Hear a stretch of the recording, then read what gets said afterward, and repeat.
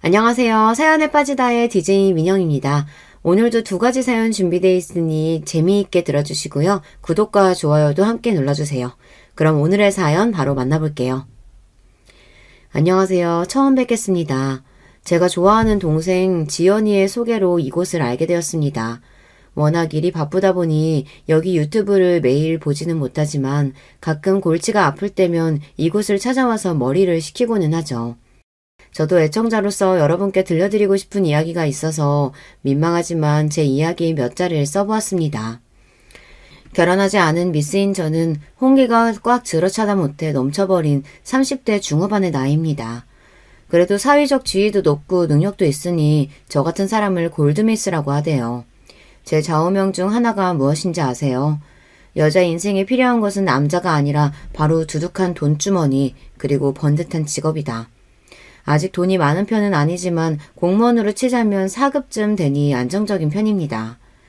그리고 어디에 이야기해도 어깨에 힘이 들어갈 만큼 번듯한 직업, 바로 대한민국 검사입니다. 정말 죽자고 제 청춘을 다 바쳐서 얻어낸 결과였어요. 제가 왜 저런 좌우명을 가지고 독하게 공부해서 검사까지 되었냐고요. 그건 다 그만한 이유가 있어서입니다. 우리 아버지 쪽 집안은 특별하고도 부끄러운 가족사를 가지고 있어요. 아버지 말씀으로는 당시 우리나라 사회에서 돈 좀 있는 집안에서 흔한 일이었다지만 그 가족사로 인해 저와 우리 가족은 현재까지 고통을 받고 있으니까요. 우리 친할머니는 첩이었습니다.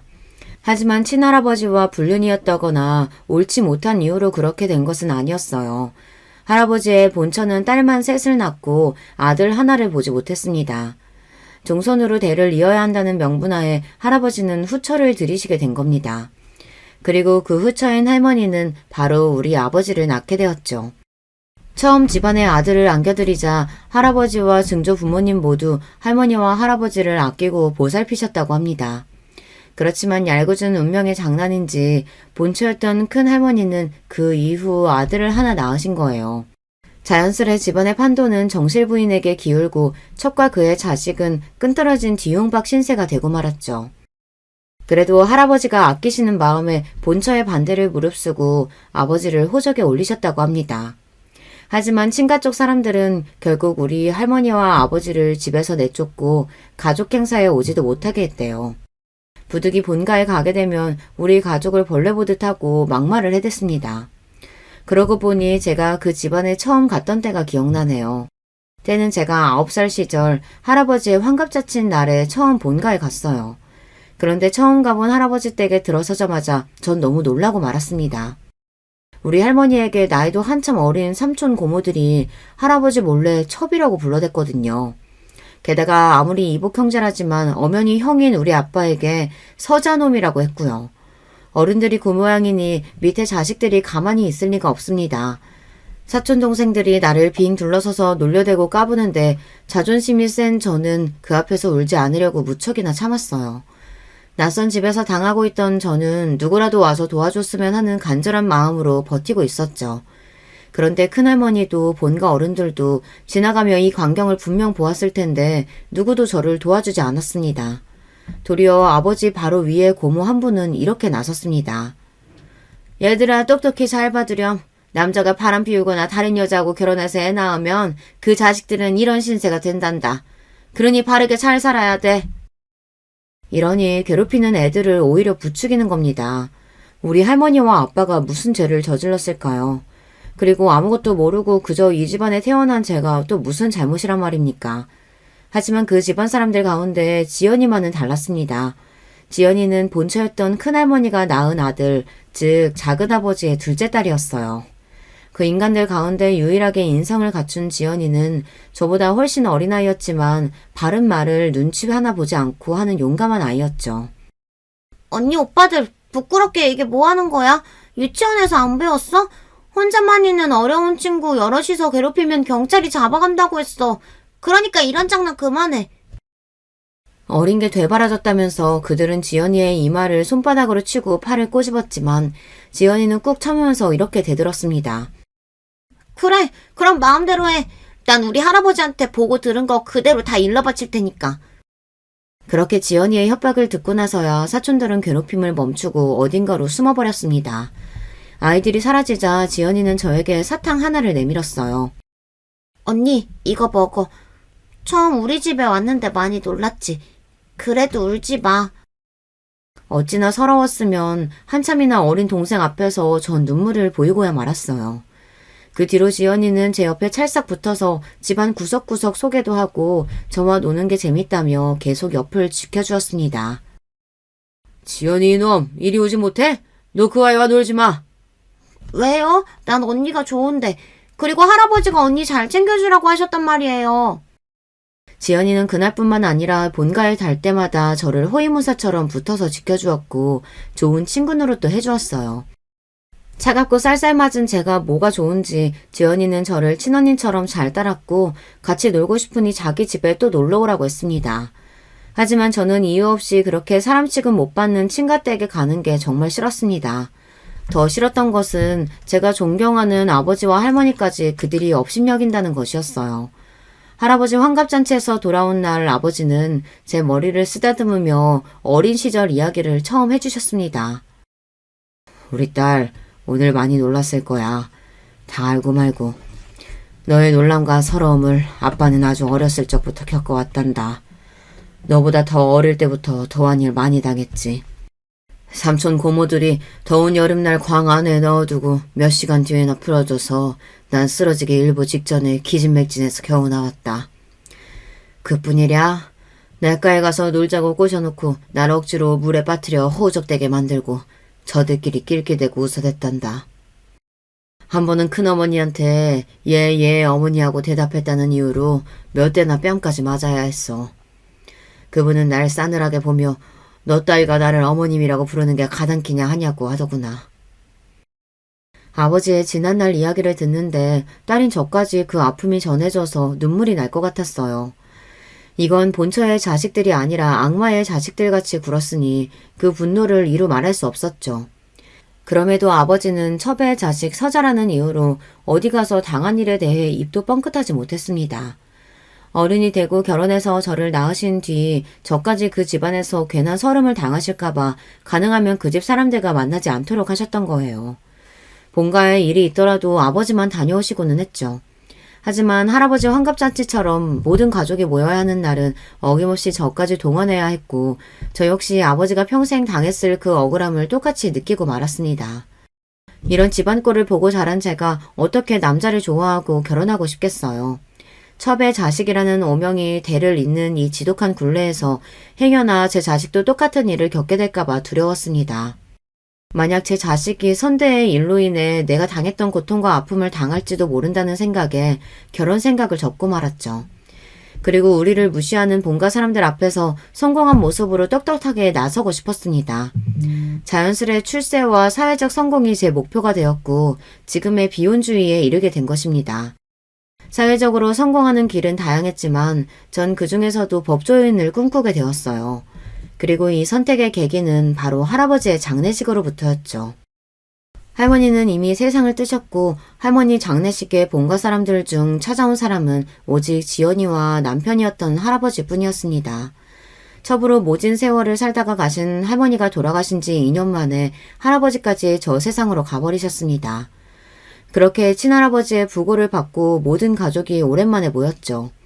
오랜만에 찾아뵀지만 그 친척들은 옛 기억 그대로 부모님과 나를 무슨 쓰레기 쳐다보듯 경멸하는 시선만 두고 있었을 뿐입니다. 여기가 어디라고 찾아와? 역시 첩의 자식이라 뻔뻔한 모양이다. 아버지 돌아가시고 유산이라고 떨어질까 봐서 뭐라도 주워 먹으러 온 거겠지. 천한 핏줄 같으니. 그들은 생전에 우리 할머니에게 작은 어머니라고도 하지 않았습니다. 강씨라며 하대했을 뿐이죠. 우리 할머니가 강씨네 식구들하고는 상종도 하지 말라 했어. 씨바지로 온 여자의 핏줄은 어디 가서도 그 집안 본처 내쫓을 성품이나 물려받을 거라고. 심지어 아버지가 내민 조의금을 그 앞에서 바로 열어서 지폐 돈을 바닥에 떨어뜨렸어요. 어머나, 참나 겨우 50만 원 했네. 하긴 그 살림살이에 50만 원이면 노력은 한 건가. 돈이 없으면 염치라도 있던가. 어디 가서 구워오든가 했어야지. 자기 아버지 장례식에 50만 원이 뭐야. 우리 아버지도 분명한 할아버지의 자식이었습니다. 하지만 그들은 상주 옷도 주지 않고 상주 자리에서 멀찍이 떨어져 있으라고 했어요. 그 자리가 너무 불편하고 가시방석이라 아버지는 엄마와 저를 일찍 집에 보내셨습니다. 3일 내내 상주 취급도 못 받았지만 외로이 아버지만의 방식으로 자기 친부가 가시는 길을 끝까지 애도하셨습니다. 아버지가 저를 세상에 나오게 하셨을지언정 이 세상살이를 지옥으로 만드셨죠. 그거 아십니까? 운동도 공부도 잘했던 저는 육사가 되고 싶었어요. 그런데 한참 준비하던 중 내 피줄 때문에 가지 못할 거라는 걸 알게 되었죠. 생도들의 친척까지 조사해서 사상적으로 문제가 있는 사람은 없는지 등을 보고 입학을 허가한다고 하더라고요. 그 정보를 듣고 서자인 저는 꿈마저 포기해야 했습니다. 아버지, 첫째 아들을 이런 세상에 두고 혼자 떠나시면 마음은 편하십니까? 아버지가 이렇게 한탄하셨던 말씀을 후일 지연이가 전해주었어요. 얼마나 할아버지가 원망스러우셨으면 장례식장에서 혼자 그러셨을까. 하지만 그 누구 하나 아버지에게 따스한 위로를 건넨 사람은 없었다고 했죠. 그렇지만 착한 지연이만은 장례식 구석에서 혼자 소주잔을 기울이시는 아버지에게 말동무도 되어주고 빈속에 술 드시지 말라며 육개장이랑 안주도 챙겨드렸대요. 그리고 작은아버지 등은 할아버지 장례식에서조차 우리 아버지를 형이라고 부르지도 않았어요. 강씨, 당신이 무슨 이씨란 말이오? 우리만치 이씨 후손이 아니라 당신 엄마 강씨 성이나 따르라고. 그리고 행여나에서 하는 말인데 아버지가 유산으로 남기신 땅 털끝만큼도 건드릴 생각 마시오. 평소 온화하던 우리 아버지는 술김에서인지 슬픔 때문인지 평소처럼 동생을 그냥 두고 보지 않으셨대요. 이 못난 놈아, 어리고 못 배웠을 때 하던 짓을 이 나이 먹도록 아직도 못 버리고 그러고 있냐? 너희는 이 나라 법도 몰라? 나는 이씨 호적에 올라가 있어. 누가 봐도 떳떳한 장남이야. 첩의 자식이라도 가족관계 등록부상 처의 자식으로 되어 있으니 당연히 집안 재산은 상속받게 되겠지. 그러나 아버지 말씀에 화가 난 친척들은 유산을 지키려고 호적에서 파버리겠다며 아버지를 협박하고 나섰다고 합니다. 법도 모르는 놈들이 호적에서 판다고 나서면 구청에서 해주냐? 법원에서 해줘? 아버지가 남긴 땅 해봐야 몇 푼 되지도 않는 거 난 관심도 없다.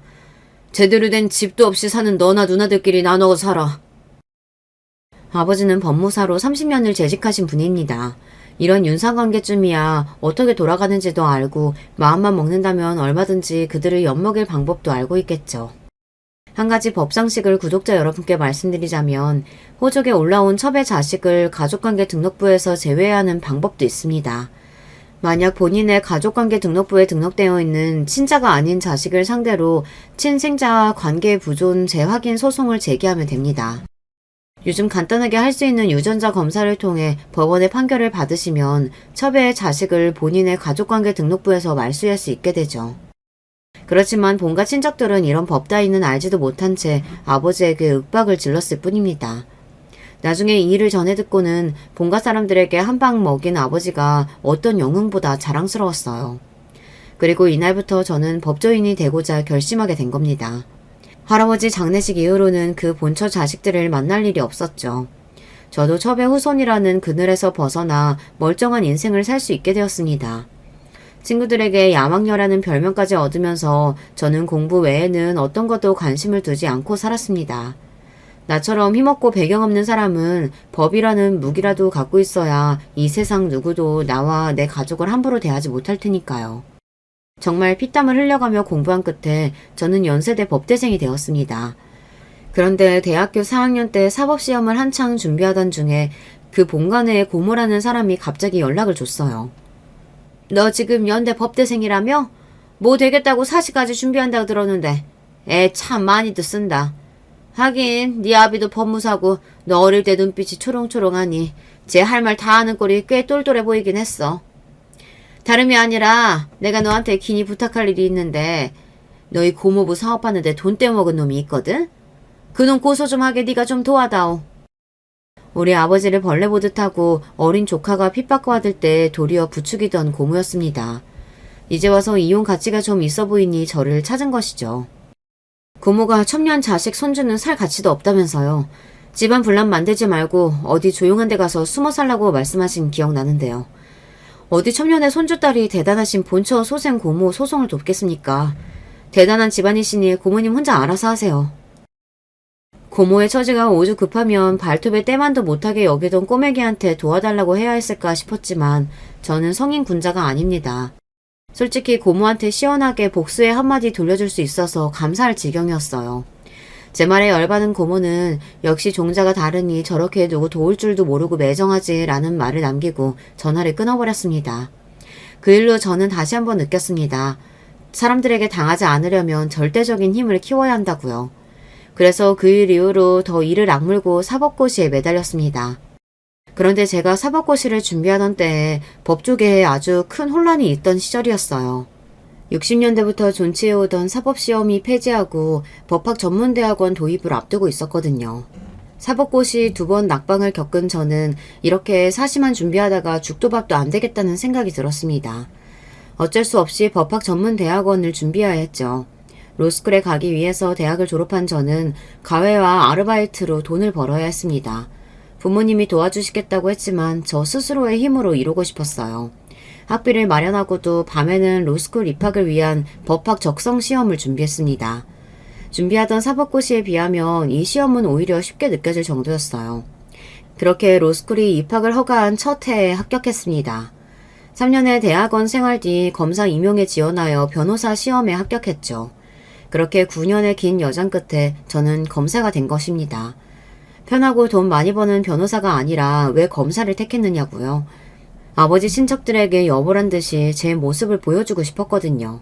당신들이 무시하던 서자의 딸이 대한민국 검사가 되었다고 말이죠. 이렇듯 연애나 결혼을 포기한 채로 앞만 보고 달려온 저와 달리 지연이는 평범한 여자의 길에 들어섰습니다. 지연이는 27살의 젊은 나이에 대학 때부터 사귀던 남자친구와 일찍 결혼했어요. 저는 당시 이미 검사로 임용된 터라 친가 친척들에게 보여주려고 검사다운 검정 바지 정장 차림으로 당당히 결혼식장에 들어섰죠. 제가 검사가 된 소식을 들어서인지 예전처럼 사촌이나 어른들은 저에게 대놓고 뭐라고 하지 못했습니다. 다만 저들끼리 모여서 쑥덕거리고 저와 우리 가족을 본체만치 했을 뿐이죠. 지연아, 결혼 정말 축하해. 너처럼 예쁜 신부는 또 처음 본다. 언니답지 않게 웬 칭찬을? 이게 다 화장빨이라오. 그나저나 우리 이쁜 언니 두고 나 먼저 시집가서 미안해. 나는 남자도 싫고 결혼도 싫고 범죄자들 처단하는 일에 내 인생 바칠 거야. 그러니 여자로서의 행복은 언니 목까지 네가 모두 느끼고 잘 살길 바랄게. 우리 언니 35 되기 전에는 면사포 쓴 모습 보고 싶은데 이 동생 소원도 좀 들어주라. 자기 결혼식에서도 시집 못 간 언니 걱정이나 하는 착한 아이였습니다. 그런 지연이에게 대용량 최신식 냉장고를 선물로 해주고 진심으로 결혼을 축하해 주었어요. 지연이는 결혼해서 건축 일을 하는 남편과 오순도순 신혼생활을 시작했습니다. 당시 저는 어느 지방으로 검사직을 발령받아 지연이와 자주 만날 수 없었죠. 간간히 문자나 전화하며 서로 소식을 듣고 있었을 뿐이었어요. 그러다가 휴가를 받은 저는 서울로 상경해서 오랜만에 지연이를 만나러 그 아이 신혼집에 갔어요. 현관 벨을 누르자 문을 열어주는 사람은 다름 아닌 사돈 어르신, 즉 지연이 시아버지셨습니다. 아, 안녕하세요. 제가 집을 잘못 찾아온 건 아니겠죠? 혹시 결혼식 때 한번 뵈었던 지연이 시아버님 되십니까? 내 며느리 이름이 지연이 맞소. 근데 댁은 누구시오? 아, 네. 전 지연이랑 친한 언니예요. 집에서 만나기로 했는데 아버님께서 어쩐 일로 여기에. 아들님이 지방 건축 현장에 머물고 있어서 오랫동안 집 비우는 경우가 많다오. 혼자 있는 며느리를 아들 대신 봐주러 종종 들리고 있지. 그럼 잘 놀다 가시오. 퉁명스럽게 말하고 가시는 저분에 대해 저는 익히 들어서 알고 있습니다. 원래 지연이는 착한 성품답게 뒤에서 남의 욕을 하거나 헐뜯는 아이는 아니에요. 그런데 언젠가부터 그런 지연이를 힘들게 만드는 장본인이 바로 저분이었거든요.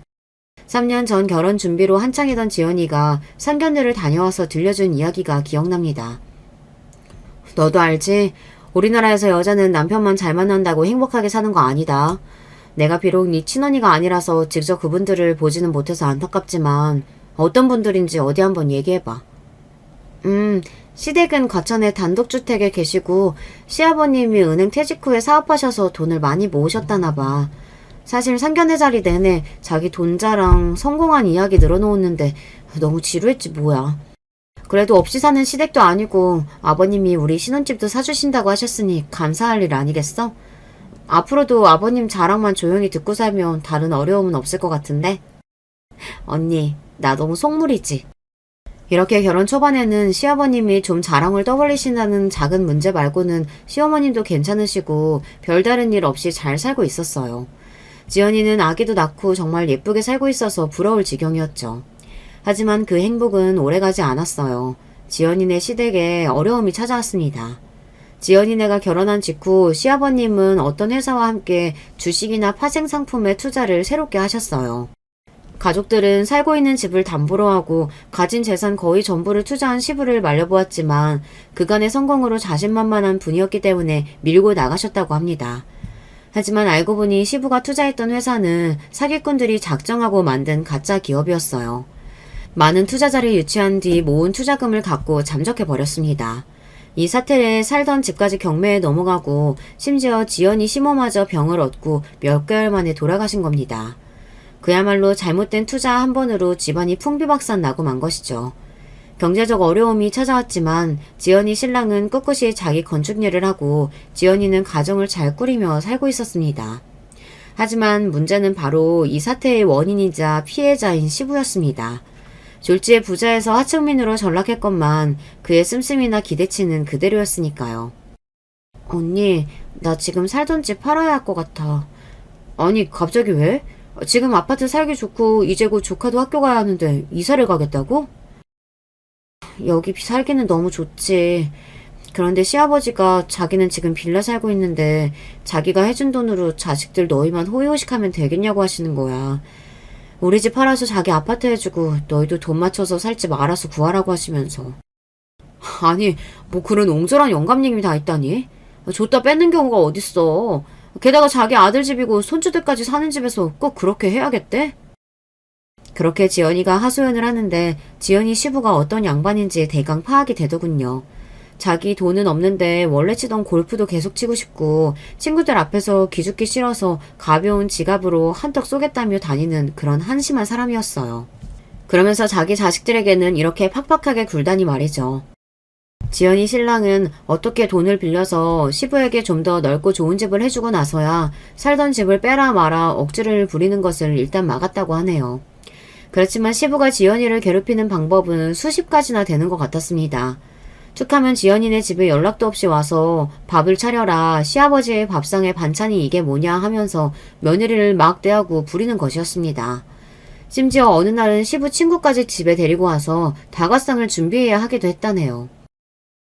그래, 나도 결혼한 친구들 얘기 들어보면 어른들이 대접받고 싶은 마음에 그렇게 하시는 경우가 있다고 하더라. 그래도 안 좋은 일 겪으시고 혼자 사시는 불쌍한 분이니까 너그럽게 잘 맞춰드려. 속으로는 지연이 시부가 미웠지만 지연이가 속이 더 상할까봐 이렇게 충고도 해주었어요. 그런데 이 노인네가 며느리를 또 다른 방향으로 달달 볶으더군요. 자신이 쓰는 물건을 사거나 외출해서 뿌리고 다니는 술값으로 아들이 주는 용돈을 다 쓰고 다니는 양반이 며느리에게는 그렇게 돈돈거리며 절약을 강조하는 겁니다. 언니, 어제는 글쎄 아버님이 우리 집에 어떤 아기 의자 하나를 들고 오시더라고. 근데 찬찬히 보니까 나사도 안 지어질 만큼 망가지고 지저분한 누가 버린 것 같았어. 그래서 아버님께 이렇게 말씀드렸지. 아버님, 저도 없는 살림에 아낀다고 중고거래 많이 하긴 했지만 이거는 못 쓰는 물건이에요. 아마 물건 주인도 쓰레기로 내놓은 것일 테니 다시 원래 자리로 갖다 놓을게요. 지연이는 그동안 시부가 가져다주는 고물 같은 것을 잠자코 받아 썼지만 참다 못해 이렇게 한마디 드렸대요. 네가 그렇게 흥청망청 써대니까 부자가 못 되는 거다. 네 남편은 이 더위에 땀 뻘뻘 흘려가며 건축 현장에 나가서 어렵게 돈 벌어오는데 집에 있는 마누라가 한다는 소리가 친정에서 배운다는 생활습관이 그 모양이니 가난을 못 벗어나지. 이렇게 도리어 며느리를 타박하는 것이 아니겠어요. 나 혼내시는 건 그래도 참을 수 있어.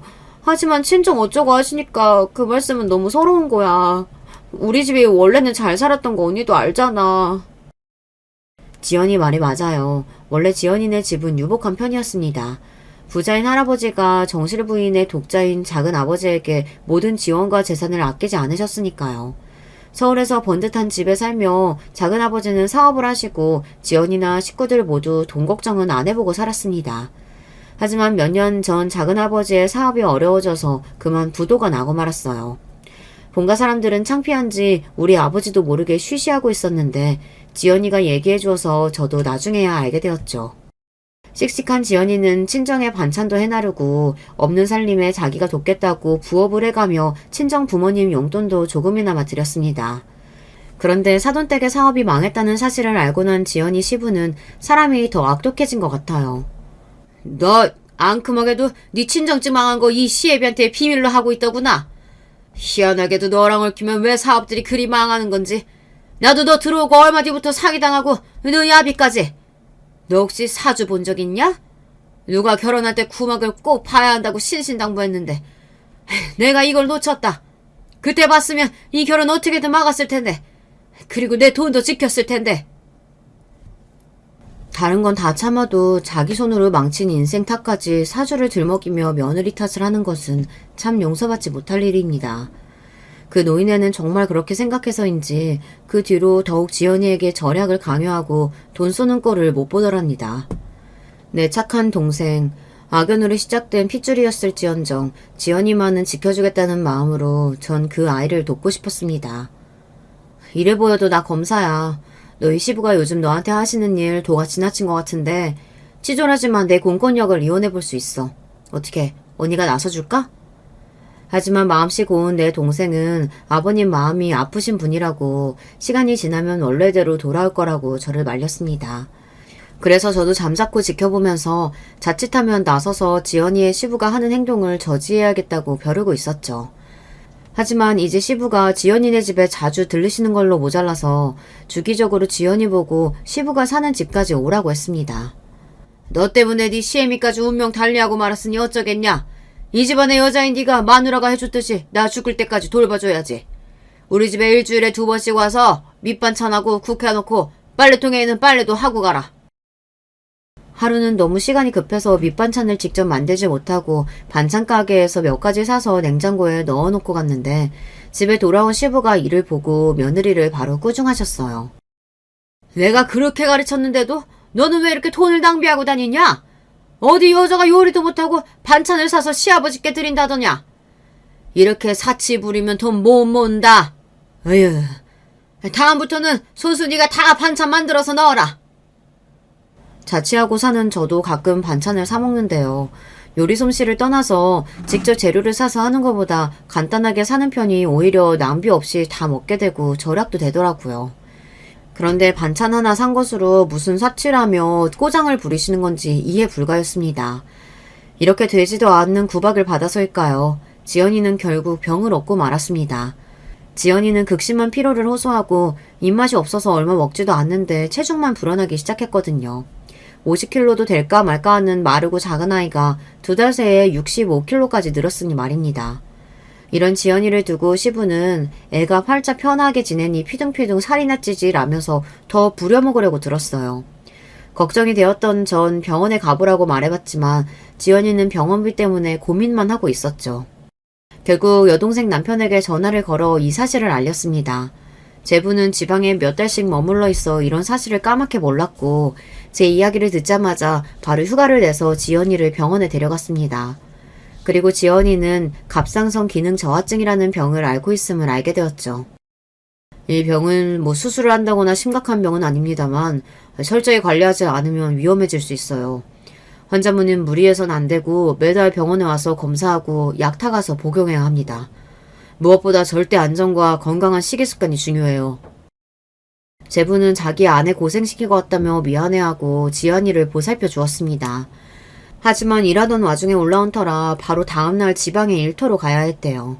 대신 자기 아버지에게 아내가 많이 아프니까 절대 일 시키지 말고 잘 보살펴달라고 부탁했답니다. 무슨 큰 병 걸렸다고 바쁜 남편을 오라가라 해? 살만 찌고 보기 좋아 보이더만 병원기 아깝게 좀만 아프면 쪼르르 병원이나 달려가냐? 그 병원비가 좀 나오냐? 대형 병원이라 검사비는 오죽 비쌀까? 그냥 진통제나 사서 먹으면 될 일을. 아버님, 의사가 과로해서 생긴 병이랍니다. 아버님은 허리 아프시다고 일주일에 한 번씩 정형외과에 도수치료 받으러 가시잖아요. 저는 목숨이 위험해질 수도 있는 병인데 그 병원비도 아까우시단 말인가요? 사람이 아픈 마당에 저렇게 모지게 말씀하시니 참고 참던 지연이도 이렇게 시부에게 말대꾸를 했다고 합니다. 지연아, 참 바른 말 잘했다. 앞으로도 참지 말고 네 할 소리 해가면서 싸우지 않으면 그 어르신 갈수록 심해질지도 몰라. 이렇게 저는 지연이를 응원했어요. 하지만 시댁 어른이 아무리 막무가내로 굴어도 며느리여서 약자여서 다 수용하고 참을 수밖에 없다는 것을, 이것이 바로 우리나라 며느리의 현 주소 아닐까요? 지연이가 병을 얻었다고 하고 제가 맡던 사건이 종결돼서 시간이 생겼기에 휴가를 내고 지연이네 집에서 며칠 머물기로 했습니다. 언니 온다고 해서 내가 솜씨 좀 부려봤지. 언니 김치찌개랑 콩나물무침 좋아하잖아. 몸도 아픈 아이가 제가 온다는 소식에 들떠서 요리를 이것저것 해서 한상 떡 버려지게 차려놓고는 저를 맞이하는 게 아니겠어요. 야, 너 몸도 안 좋은 애가 이렇게 무리하지 마. 다음에도 또 이러면 언니 집에 안 올 거야. 지연이가 과로할까봐 이렇게 나무랐지만 지연이의 음식을 먹으면서 전 그 아이의 마음까지 함께 먹었습니다. 아닌 게 아니라 지연이의 얼굴을 보아하니 안색이 안 좋더라고요. 걱정이 되었지만 기분이 좋아 보이는 지연이에게 모른 척하고 밥그릇을 싹 비웠습니다. 그러다가 검찰청 직원의 전화가 와서 전 작은 방에 들어가서 통화를 하고 있었어요. 업무 관련 일로 통화가 길어지는데 어느 순간 크게 말다툼을 하는 소리가 나서 통화가 끝나는 대로 방문을 열어보았습니다. 그랬더니만 글쎄 초저녁 시간인데도 술을 얼마나 드신 건지 술 냄새가 진동한 채로 지연이 시부가 와 계시더군요. 이윽고 저는 이들의 대화를 실제로 생생하게 지켜볼 수 있게 되었습니다. 아버님, 오늘은 손님 오실 거라고 제발 집에 오지 말아달라고 했잖아요. 술 냄새 풍기며 막무가내로 집에 온 시부가 싫었던 지연이는 표정이 곱지 못했습니다. 술 먹고 온 시애비는 시애비가 아니라 망나니다 이 말이냐? 그러게, 너 때문에 우리 집 망하지만 않았어도 이제 내 마누라가 죽지만 않았어도 너 같은 며느리 보러 이 집 올 필요 없었다. 근데 이 시애비 보는 표정이 대체 그게 뭐냐? 그럼 원하시는 대로 반찬 싸드릴 테니까 이거 가져가시면 되는 거죠? 얼른 가지고 댁으로 돌아가세요. 지연이는 짜증을 내며 시부의 반찬을 챙기고 있었습니다. 아마 시부는 자기 반찬 달라는 시덥지 않은 용무로 집에 찾아왔던 모양이죠. 애초에 우리 집 냉장고에 맛있게 맞는 걸로 해놨어야 내가 여기를 안 오지. 지는 이렇게 맛있는 걸로 지대로 차려 먹고 있었구만. 참. 아니 제 친정이 가난하면 돈이라도 아껴 써라. 응? 이렇게 말도 안 되는 일로 꼬투리를 잡는 시부를 더 이상 참을 수 없었던 지연이는 드디어 강한 한마디를 하고 맙니다. 하나부터 열까지 아버님 눈에는 며느리가 그리 못마땅하셔서 어째요? 아버님 사업이 망하시고 가난해진 게 제 탓은 아니잖아요. 그러게 왜 가족들이 다 말리는 투자를 하겠다고 해서 이 모양이 되셨어요? 이것이 시아버지한테 말하는 말버릇하고는 뭐가 어째? 이렇게 부들거리던 사돈어른은 지연이의 뺨을 냅다 올려버리는 거였습니다. 지금이 쌍팔년도도 아니고 시아버지가 며느리를 때리는 일을 두 눈으로 목격하게 되다니. 돈 없고 힘없다는 이유로 며느리를 못살게 구는 사돈어른은 제 어린 시절 본가 친척들에게 당했던 모습과 다를 바가 없어 보였습니다. 그래서일까요? 그 장면을 보자마자 저는 바로 지연이 앞을 막아서고 살기 어린 눈으로 사돈어른을 째려보았어요. 너는 또 누구야? 아, 가끔 며느리가 집에 불러들인다는 언니가 있다고 하던데 당신이 뭔데 우리 집 집안일에 끼어들어? 비키라고! 저는 지금 지연이 언니가 아니라 대한민국 검사로서 당신의 폭력 행사 현장을 목격했습니다. 바로 경찰 불러서 당신 연행해 갈 수도 있어요. 그런 사태까지 가기를 원하시는 거예요? 뭐? 검사라고? 웃기고 있네. 별볼일 없는 며느리 집안에 그렇게 대단한 사람은 없다고. 게다가 어느 검사 나으리가 할 일이 없어서 우리 며느리 같은 거랑 어울리고 다니냐? 너 말이다. 검사 사칭하고 다니면 깜빵 간다. 내가 검찰에 신고해주랴? 제 말에 차마 믿지 못하는 사돈어른 얼굴에 제 명함을 던져주었어요. 반신반의하던 양반은 명함을 보고 입이 떡 벌어지고 말았죠. 신고하셔도 좋고 검찰청에 이 명함 대면서 인적조회해보셔도 상관없습니다. 제가 검사라는 사실은 명백하네 말이죠. 그리고 호적상으로는 좀 차이가 있지만 지연이와 전 사촌지간으로 친자매와 다를 바 없는 사이예요. 그동안 사돈어른이 내 동생에게 한 짓 낱낱이 알고 있어요. 검사로서 말씀드리자면 친족 간의 폭행 행사는 우리네 정서상 더 엄격한 판결이 날 수 있는데 괜찮으시겠습니까? 알았다. 그럼 이건 못 본 걸로 하고 나 앞으로 며느리한테 다시는 손대지 않으마. 제가 이렇게 나오자 상황 파악이 된 지연이 시부는 제가 검사인 것을 믿게 되고 이내 꼬리를 말았습니다. 처음에는 내 동생에게 못세게 굴었던 죗값을 형 집행이나 법적인 처벌로 가볼까 하는 마음이 들었었죠. 하지만 제가 그럴 때마다 지연이가 해준 이야기가 떠올랐습니다. 언니, 아무 잘못 없이 나를 괴롭히는 아버님이 나도 너무 미워. 그렇지만 사실 아버님이 무슨 죄를 저지른 건 아니잖아. 아버님도 원래부터 이런 분은 아니셨는데 사기 당하신 뒤로 사람이 저렇게 되고 말았어. 그러니까 언니가 혹시 우리 아버님을 좀 도와줄 수 없을까? 진짜 죄 지은 자들 찾아내서 벌 주고 싶어. 내 착한 동생은 도리어 이렇게 자기 시부를 도와달라고 했어요. 그 생각이 들자 저는 이 일 가지고 사람을 고쳐서 써보기로 마음을 돌렸습니다. 사돈 어르신께서 전에 유일한 회사에 걸려서 된통 당하고 온 재산 말아드셨죠? 검사인 제가 그 회사 수사하고 잘만 하면 그놈들 찾아줄 수 있는데 내 동생 이렇게 대하시니 선뜻 도와드리기는 어렵겠군요. 제 말에 사돈 어른은 귀신이라도 본 듯 눈을 번뜩이고 말았습니다. 그리고 빤빤한 태도를 바로 고치고 제 앞에 납작 엎드리는 신용이라도 할 기세였어요. 사돈 처녀, 내가 다 잘못했네. 나도 원래는 이렇게 며느리한테 모질게 대하고 남 탓이나 하는 놈은 아니었어. 그런데 그 사기당한 뒤로 내 인생이 엉망으로 되어버려서 그만. 그런 세상이 원망스러워서 술까지 마시다 보니 이런 실수를 하고 만 거네. 하지만 그렇다고 그게 우리 지연이 탓도 아니죠. 일단 반성하는 모습 보이시니 좀 더 생각해 보겠습니다. 사람 마음이 손쉽게 뒤바뀌는 마당에 지금 도와드리겠다고 확정짓기에는 시기상조네요.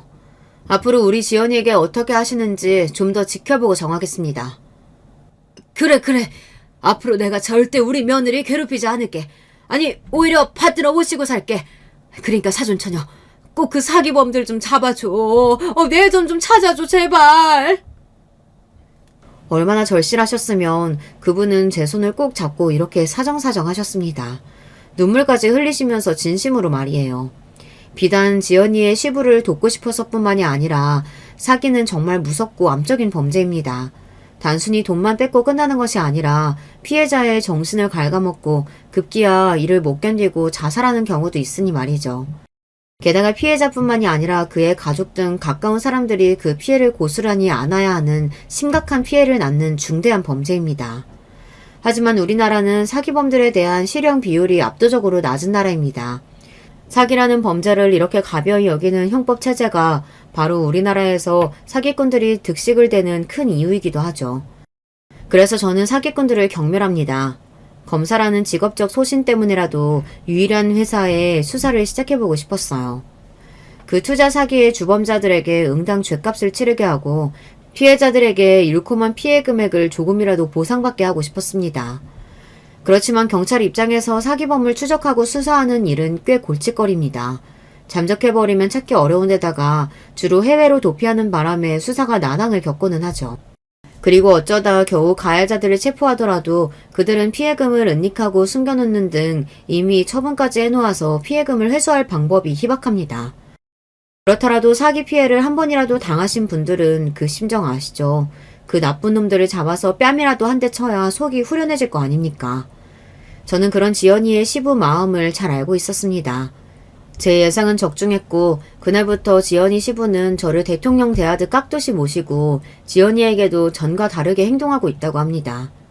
휴가를 마치고 검찰청에 복귀하자마자 바로 수사팀을 꾸려서 무려 300억대의 투자 피해를 양산한 유일한 회사의 대표와 이사 등 임원직 5명을 추적 수사하기 시작했습니다. 그리고 몇 개월 동안 매달린 끝에 필리핀에 도주 중인 대표 김아무개의 행적을 발견하기에 이르렀어요. 그러던 어느 날 피해자 조사 과정에서 수사관님께서 지연이 시부를 저에게 데리고 와서 이렇게 말했죠. 이분이 유일한 회사 관련 피해자인데 검사님하고 막역한 사이라고 하네요. 그러면서 자기는 수사관이나 이런 사람 말고 이 검사님한테 직접 조사받고 싶다고 고집을 부려서 제가 데리고 왔습니다. 아이고, 우리 사돈처녀 여기서 보니까 또 색다르네요. 내 평생 검사백이 생길 줄은 어찌 알았겠나? 피해자 조사는 우리 수사관님에게 전권이 맡겨져 있어요.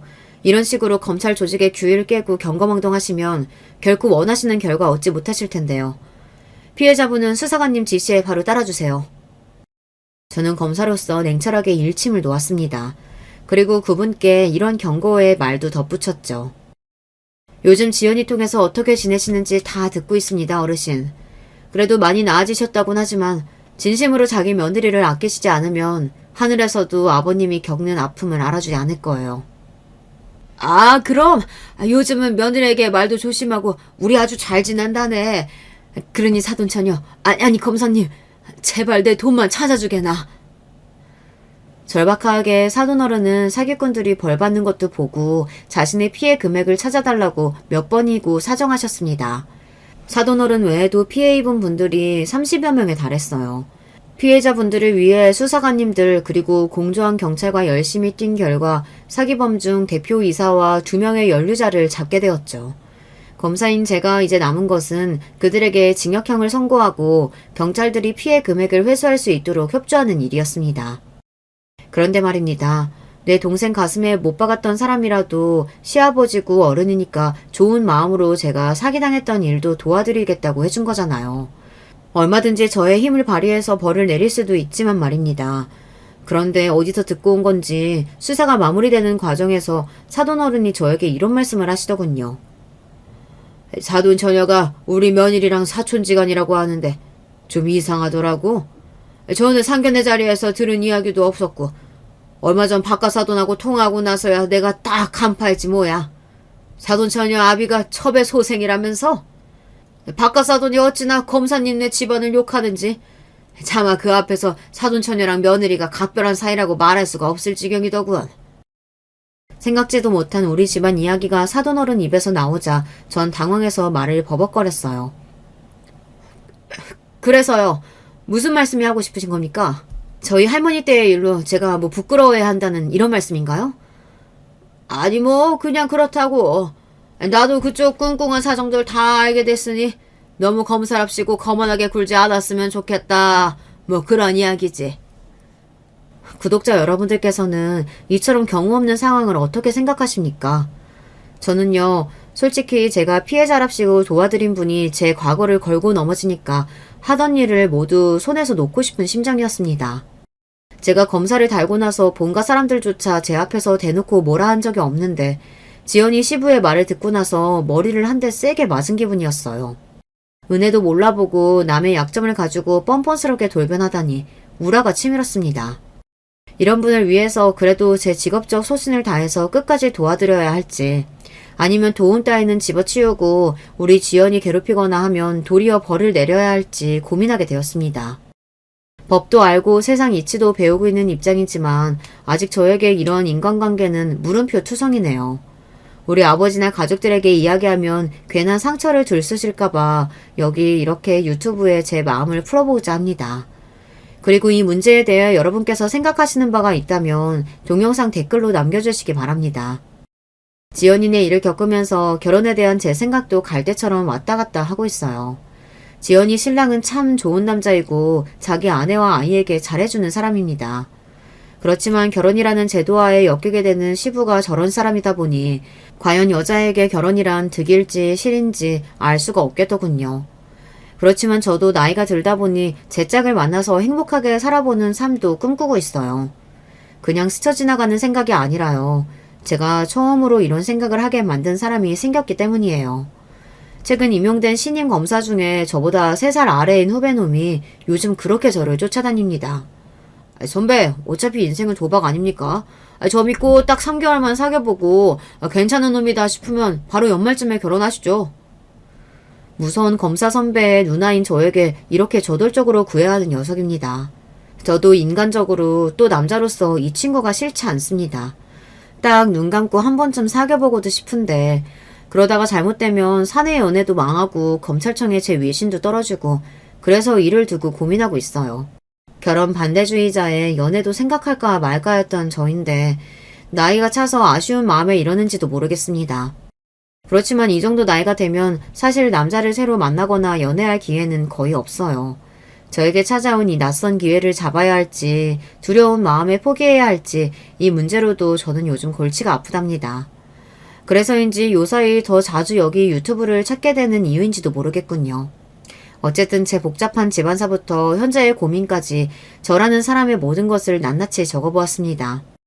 검사라는 양반도 별거 없다 하고 생각하실지 모르겠지만 그래도 제 일 하나는 제대로 하고 나쁜 놈들 열심히 벌 주고 있을 테니까요. 구독자 여러분들은 안심하고 지내시면 됩니다. 그럼 저는 여기서 마무리 인사드리겠습니다. 제 영상 시청해주신 모든 분들의 건승을 기원드리며 안녕히 계세요. 안녕하세요. 저는 서울에 살고 있는 30대 여자입니다. 본래 결혼 생각이 없던 제가 어쩌다가 결혼도 했고 그 뒤로 참 많은 일들을 겪었어요. 사실 결혼만 안 했다면 이런 일들이 이어지지 않았을 것 같아서 한때 원망하며 살았던 적도 있답니다. 지금은 다 해탈한 수준이지만 그래도 한 번쯤은 요 수년간 제가 살아온 길을 되짚어보고 싶네요. 친구들 말로는 한 6, 70대 어르신들이 겪었을 법한 일을 겪었다며 놀라워하더라고요. 야, 요즘 세상에 너처럼 시어머니 봉행하고 모시고 아플 때 뒤치다꺼리 해가며 사는 애가 어디 있어? 다들 완벽하게 분리돼서 안 보고 살잖아. 아프시면 요양원 보내드리던가 할 거고. 그것도 사실 우리 나이 때에는 일러. 그런데도 너는 용케 그렇게 모시고 했으니 진짜 대단한 거야. 옛날 말로 그 효부상인가 뭔가 그런 거 아직도 있으면 네가 받아야지. 아닌 게 아니라 친구 말 맞다나 저는 그런 삶을 살긴 했거든요. 본래 저와 남편은 나이 차이가 꽤 많이 나는 편이에요. 무려 11살 차이이고 딱히 결혼하고 싶지 않았던 저에게 맹렬하게 프로포즈를 해왔답니다. 전 부모 형제도 없이 혼자 몸으로 살아왔고 특별히 가정을 이뤄서 살고 싶은 소망도 없었어요. 어릴 적 기억이 제 안에 남아있을 시절부터 보육원에서 자랐고 나중에 보호 종료가 되어 세상에 나왔을 때에도 겨우겨우 원룸 얻어서 힘들게 살았거든요. 멀쩡하게 부모 형제들 다 있는 애들과는 확실히 다른 삶이었기에 알바하고 직장을 구할 때 더 치열했던 것 같아요. 당시 제가 짧게 다녔던 회사에서 지금의 남편을 만났는데 그때는 대리님과 알바생 신분으로 보게 된 거예요. 수정 씨, 괜찮으면 저랑 만나보지 않을래요?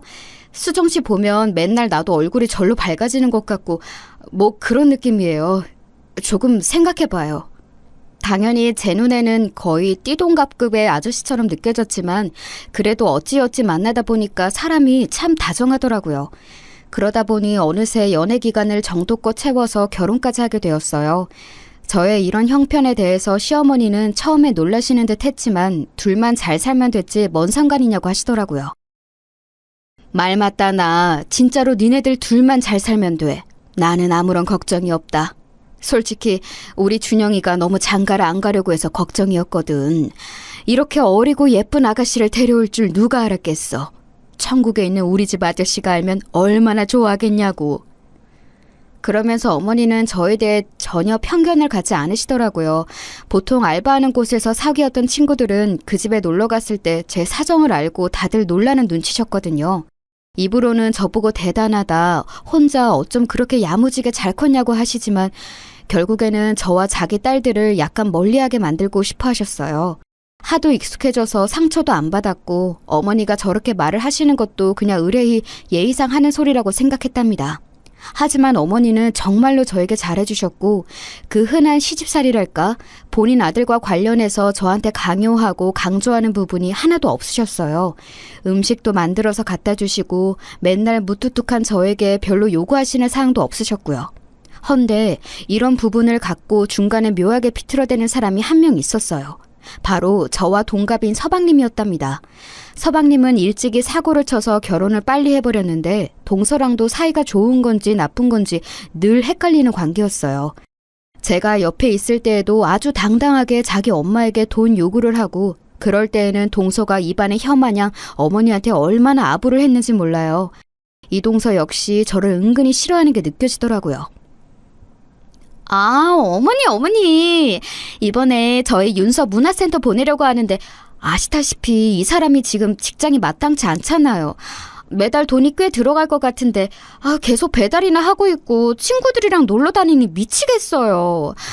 어머니께서 조금 보태주시면 안 될까요? 이러면서 아부 섞인 강요를 하고 어머니는 못내 답답하다는 얼굴로 계좌번호를 묻곤 하셨답니다. 그러면서 이 둘은 가끔 시댁에 와서 다 같이 밥 먹을 때 얼마나 퍼질러 있는지 몰라요. 서방님은 제가 자기랑 동갑인 걸 알면서도 늘 반존된 말을 하더라고요. 어이 형수, 저기 떡만둣국 좀 더 줘봐요. 우리 엄마가 끓인 거 기막히거든.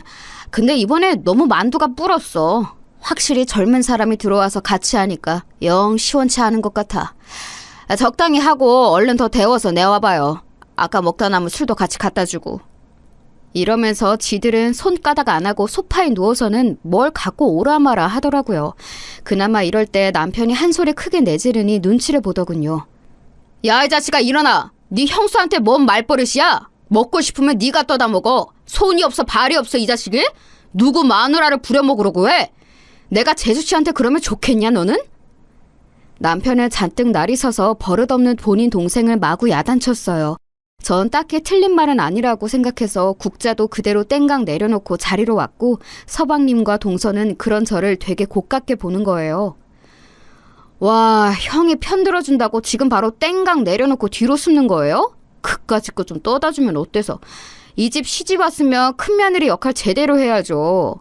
아, 형 왜 그래 유치하게? 늦장 가서 완전히 눈이 삔 거야? 우리 엄마도 큰며느리고 맨날 하던 일 아냐. 나도 좀 받아보겠다는데 왜 형이 난리야? 하여간 서방님은 이렇게 대책 없는 시건방진 성격이었어요. 그런 와중에 부부 사이도 썩 좋은 게 아니고 툭하면 이번에야말로 이혼하겠다면서 칼바람이 불기도 하고 벼랑간 밤늦게 온 식구가 그 집까지 쫓아가게 되었던 적도 있거든요. 게다가 동서는 와중에 우리 부부 사이에 아기가 없는 걸 갖고 계속 은근히 긁어댔지만 저는 무시했어요. 이건 어머니랑 저만 자세히 알고 있는 내용인데 남편 건강 상태가 좋지 않았거든요. 결혼하고 좀 지나서 알게 되었는데 아마 신혼 초부터 급격히 몸이 안 좋아진 것 같아요. 피곤하다고 하고 얼굴 색도 나빠지고 하던 와중에 제가 봐도 좀 걱정스러워서 같이 건강검진을 받으러 갔었거든요. 하지만 뭐랄까 정말 마른 하늘의 날벼락 같은 소식을 듣게 된 거예요. 정말 조금도 마음의 준비가 안 되어 있던 저에게 아니 사실 남편과 어머니 그 모두에게 청천벽력 같은 암 진단 내용을 알게 되었어요. 남편은 무척 괴로워했지만 시기가 너무 늦어버려서인지 어쩔 수 없이 짧은 시간 안에 빠르게 체념하는 법을 배워야 했답니다. 옆에서 지켜보는 저는 이 낯선 이별과 무서운 병의 무게감에 질려서 한동안은 아무런 일도 할 수 없었어요. 그중 가장 가슴이 미어지는 건 아마 어머니가 아니셨을까요? 준현아, 안 된다, 안 돼. 네 아버지도 일찍 가셨는데 세상에 차라리 내가 가면 좋을 것을. 이게 무슨 일이냐. 안 돼. 안 된다고. 어머니는 본인 아들을 살리고자 할 수 있는 건 다 해보시고 약이란 약은 다 갖다 먹이시고 나중에 병색이 짙어진 본인 아들이 짜증을 내는데도 어떻게든 애를 쓰시더군요. 남편도 갈수록 저에게 잔 짜증을 내는 날들이 늘었지만 할 수 없다는 생각이 들었어요. 밤마다 무섭다고 죽고 싶지 않다고 저를 와라 껴안던 남편을 보며 저 역시 우울감이 짙어져 갔어요. 그리고 얼마 되지 않아 크게 손을 써보고 노력해볼 시간도 주어지지 않은 채 저와 어머니는 각각의 소중한 사람을 잃게 되었어요. 저에겐 가장 처음으로 가족이 되어준 사람이자 어머니에게는 애틋하고 짠한 남편 같았던 아들인 그 사람, 그렇게 하늘로 떠나보내게 되었던 거예요. 사실 저와 나이 차이가 좀 있었을 뿐 그 사람은 30대 중후반이었어요. 세상을 떠나기엔 너무 젊고 어린 나이였단 생각밖에 들지 않네요. 이때 자기 형이 투병을 하는 동안에도 그 망할 놈의 막내둥이인 서방님은 하루라도 사고를 안 치고 살 수는 없는 건지 부지런히 일거리들을 만들어냈어요. 제가 볼 때에는 이후 어머니가 치매에 걸리게 되신 건 아들을 일찍 보내버린 충격도 컸겠지만 쉴 새 없는 막내 아들의 사고 때문이 아닌가 싶어요. 당시 저는 남편 장례를 마치고 멀뚱히 그 집에 남아 앞으로 어떻게 해야 할지 도통 답이 나오지 않았는데요. 다시 생각해봐도 참 희한한 것 같아요. 어쩌다가 제가 어머니를 모시겠다는 그런 생각을 하게 되었던 걸까요? 급작스럽게 치매 판정을 받으신 어머니의 얘기를 듣고 저도 모르게 즉각 이렇게 대답을 했어요. 어머니, 저랑 같이 사셔요. 제가 어머니랑 같이 있을게요. 어머니 집으로 갈게요. 네? 이 말에 무척 놀라셨던 어머니는 처음에는 아니라고 하셨어요. 아니야. 네가 무슨... 아니야. 그래. 근데 어쩜 세상이 이러냐. 어떻게 나한테 이래? 나는 치매나 이런 거 다 남 얘기라고 생각 안 했어. 언젠가 올 거라고 생각은 했다.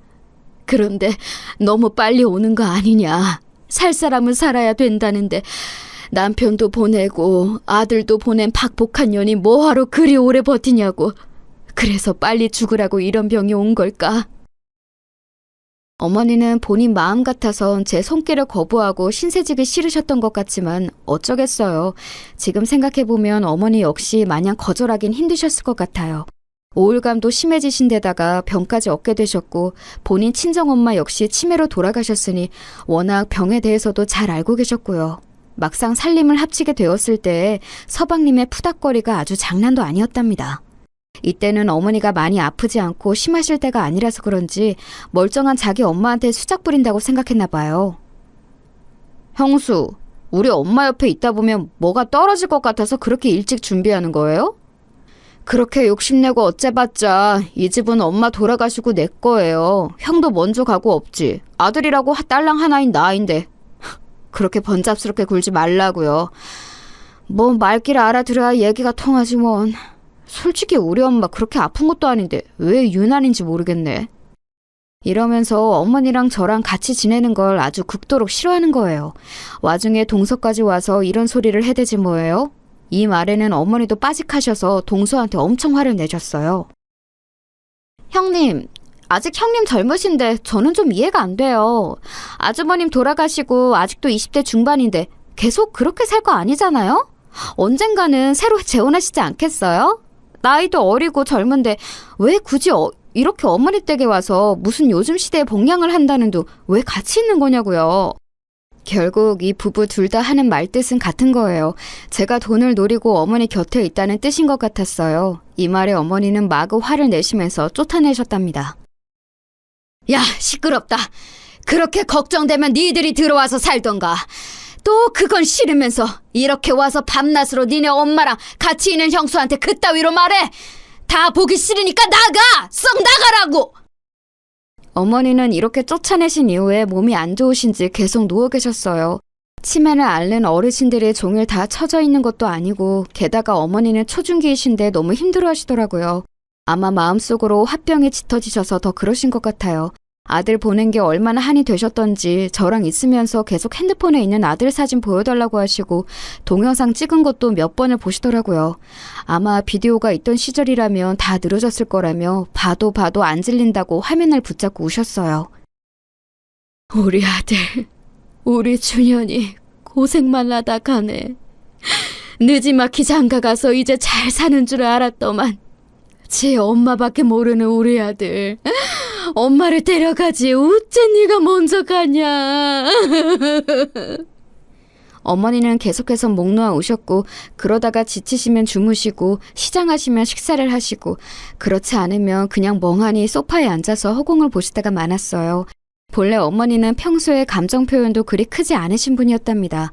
말로는 본인이 딸이 없어서 그렇다 며느리가 있는 게 어색하다고 하셨는데 진짜 그런 것 같아요. 나중에 인지 능력이 안 좋아지셔서 저도 가끔 헷갈려 하시고 못 알아보시는데 끽해야 어머니랑 단둘이 산 게 몇 년 안 되는데도 그게 서운하더라고요. 아가씨는 누구예요? 여기는 어디고? 나는 아들이 있어요. 아들을 기다리고 있어요. 우리 아들 학교 갔지. 막내도 있다오. 더럽게 말을 안 들어 처먹어. 뭔가 어머니답지 않게 약간 말투가 험해진 게 느껴져서 어색했는데요. 그럼에도 불구하고 자꾸 헷갈리시고 깜빡하시는 모습을 보니 점점 혼자 계시게 할 수 없었어요. 이쯤 되니 저도 다니던 일들을 슬슬 조절해서 줄여야 했고 만약을 대비해서 어머니가 주신 생활비도 있고 해서 이걸로 반찬거리도 사고 세금도 내고 살림을 이래저래 했었어요. 그리고 꼭 잊을만 하면 서방님네 부부가 나타나서 시비를 걸더라고요. 형수, 우리 엄마가 형수한테 몇 푼 쥐어준 거 맞죠? 알고 있으니까 수작 부리지 말고 얼마 좀 떼줘요. 형수는 애가 없어서 모르겠지만 우리는 애 키우느라 돈 들어갈 때가 한두 군데가 아니에요. 본인이 지금 일개 간병인 입장이라는 거 알고 분수 꺾고 오려고요. 알아요? 솔직히 까놓고 말해봅시다. 우리 엄마한테 얼마나 받았어요? 네? 저도 말이 이렇게 가는 게 너무 불쾌해서 맞받아쳐서 따졌어요. 저 어머니한테 생활비 명목으로 받은 것밖에 없어요. 가계부까지 쓰지는 않았지만 체크카드 내역으로 돈 결제한 거 남아있으니까 얼마 받아서 어디 썼는지 한번 보시겠어요? 그리고 간병인이라니 그렇게 틀린 말도 아니지만 말씀이 너무 심하시네요. 제가 애지간하면 참으려고 했는데 서방님은 어머니한테 돈 얘기 아니면 볼 일이 없으세요? 그렇게 걱정되시면 모시고 사시면 되잖아요. 저는 언제든 나가라면 나갈 수 있어요. 그런데 동선에 애도 있고 계속 힘들다 안 된다 소리만 하셨잖아요. 그럼 어머니는 어디 계셔야 되는데요? 제가 평소 같지 않게 막 몰아붙여서 답을 하니 서방님도 처음엔 멍하다가 나중엔 또 인상을 쓰는 거예요. 그럼 그렇지 사람 안 변하고 참 한결같은 것 같아요. 저 보육원에 있을 때 돈에 눈 멀어서 맨날 원장님이랑 싸우던 선생님과 똑 닮았더라고요. 누가 뭐래요? 죽으나 사나 큰 며느리는 맞으니까 우리 엄마 잘 모셔요. 내가 궁금한 건 그 돌이란 거 한다 치고 얼마나 엄마한테 뜯어먹는지 중간 확인하러 온 거라고요. 엄마 돌아가시면 설마 이 집에 딸이 틀고 앉을 생각 아니죠? 경고하는데 나 이미 엄마한테 유언장도 받아놓을 거예요. 꼴에 뭐 엄마 좀 모셨다고 집 전체 뜯어먹을 생각 추호도 하지 말라고요. 엄마가 준 생활비나 찔끔찔끔 정직하게 쓰고 말 안 통하는 노인네 등쳐먹다 걸리면 각오해요. 알았어요, 형수? 저에게 이따위 험악한 말을 퍼붓고 돌아서는 서방님네를 보며 일순간 얼마나 서럽고 눈물이 났는지 몰라요. 저도 사람인지라 감정이 있고 화가 날 수가 있고 혐오감과 같은 생각들이 나타날 수 있잖아요. 이때 솔직히 다 집어치우고 그냥 나가버릴까 죽이 되던 밥이 되던 지들끼리 알아서 하라고 할까 생각이 들더군요. 하지만 이날 서방님네가 찾아오기 전 어머니는 밤에 꽤 적잖은 사고를 치셨어요. 남들이 치매식이 길어지며 더 못 본 꼴을 본다고 했고 저도 없는 지식으로 나름 치매 관련 건강 정보나 유튜브를 보고 공부한 게 있는데요. 그래도 막상 눈앞에서 소변 실수를 하시는 걸 보니 멘탈이 흔들리더라고요. 본인이 실수하고 있는지도 모른 채 계속 허공만 보고 있는 어머니, 게다가 잠들어 있지도 않고 깨어 있으시니 어떻게 처리를 해야 할지 너무 난감했어요. 나도 참 대책 없이 이 길에 뛰어들었나 싶었고 단순히 살림하고 얼음 밥이나 차려드리고 목욕자리 봐드리는 걸로 끝나는 게 아닌데 은근 겁이 나더라고요. 이런 제 마음도 모르고 제가 그날 밤 얼마나 가슴 졸여가며 심란하게 뒤처리를 했는지도 모르는 주제에 서방님은 외려 불을 지르더라고요. 그런 어머니를 놓고 도망가라고 하는 셈이지 뭔가요? 하지만 그날 낮에 어머니는 너무나 평온했고 식사도 잘하셨고 평소처럼 말씀도 하시고 마치 이런 저보고 도망가지 말라는 듯 너무 잘 지내시는 거예요. 저 그렇게 착하고 수더분한 성격의 사람이 아닌데 왠지 모르게 그냥 모든 기력이 다 빠져 포기하게 되었어요. 에라 모르겠다 어떻게든 되겠지 뭐 하는 심정이 되더군요. 그런데 사람이 너무 웃긴 게 뭐냐면요. 어쩜 그렇게 빠르게 태세 전환이 되는 걸까요? 저는 이 당시 어머니를 보면서 정말 별 지저분한 꼴을 다 본 것 같아요. 치매를 앓고 계시는 어머니의 대소변을 받아내는 것은 언제나 익숙해지지 않고 힘들었지만 단연 이걸 갖고 지저분한 꼴을 봤다고 하는 건 아니에요.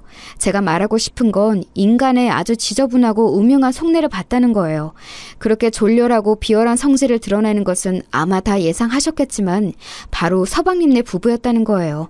어머니를 모시는 것만으로도 충분히 힘들고 날 덥고 푹푹 찌고 장마가 이어지는 중에도 툭하면 집에서 아무렇게나 행동하시고 풀어져 버리시는 어머니를 보며 그 뒤치다거리가 너무 괴로웠어요. 그런 저를 틈틈이 감시함답시고 들락거리던 서방님네 부부는 정말로 자기 엄마의 심각한 사태를 눈으로 마주하고 나니 슬슬 태도가 변하는 거 있죠. 돈 갖고 으름장 놓고 윽박지를 때만 존댓말 하던 서방님이 완전히 태도를 바꾸어 낄낄거리면서 자기 엄마 잘 봐달라고 이죽거리는 거예요. 형수님, 역시 형수님만한 사람이 없어요. 우리 형이 하여간 사람 하나는 기똥차게 잘 본다니까. 그러니 형수님같이 바르고 신실하신 분이랑 결혼한 거 아니에요. 아무튼 간에 우리 엄마 잘 부탁드려요. 아우, 이 찌든 냄새. 이거 맨날 치우느라 형수님 장난 아니게 힘드시겠네. 아 여보, 당신 뭐해? 얼른 가서 형수님이 엄마 씻기는 거 도와드려. 나는 좀 들어가기 그렇잖아. 빨리! 이러면서 언제부터 제가 지 엄마 모시는 거 좋게 봤다고 이상하게 추켜 세우는 거예요. 동서도 잔뜩 일그러진 얼굴을 하고 있다가 일순간 확 펴더니 저 따라서 어머니를 욕조에서 씻기는 걸 도와준답시고 고무장갑을 끼더라고요. 하지만 그래놓고 곧 인내심을 잃었는지 아예 고개를 훅 돌려버리고 설렁설렁 씻다가 이러고 나가버리더군요. 형님, 저 전화 올 때가 있어서 잠깐만요. 잠깐 핸드폰 좀 보고 올게요. 이래놓고는 한참을 안 오는 거예요. 급기야는 제가 어머니를 다 씻기고 머리를 말리고 있을 때나 뛰어들어와서는 억지로 웃어가면서 급한 전화였다고 하더군요. 저도 나름의 험한 환경에서 자라왔기에 어느 정도 판단은 되었는데요. 이것들 막상 지 엄마가 정말 심각한 상태가 되어 대소변 못 가리고 다 뒤엎고 곱게 행동 안 하시는 걸 보더니 감당이 안 되는 거예요. 이런 상태의 엄마이자 시어머니를 감당할 자신이 전혀 없는 거죠. 그러니 여지껏 자기 엄마랑 같이 살던 저한테 모든 걸 떠넘기고 봐주는 동안에는 저를 잘 축혀 세워서 완전히 일임하게 하려는 속셈이었어요. 그 전에는 툭하면 꽤 으름장을 냈었거든요. 까짓것 우리도 맘만 먹으면 엄마랑 같이 살 생각이 있어요. 형수만 할 수 있는 거 아니야. 나대지 말라고. 어르신들 똥오줌 처리하는 거 그거 갖고 뭘 그렇게 유세를 부리냐고. 그리고 우리 엄마는 내가 잘 알지 형수가 잘 아나? 엄마 그렇게 이상하게 나이 먹으실 분 아니라고요. 그니까 적당히 하다가 나가요. 알았어요?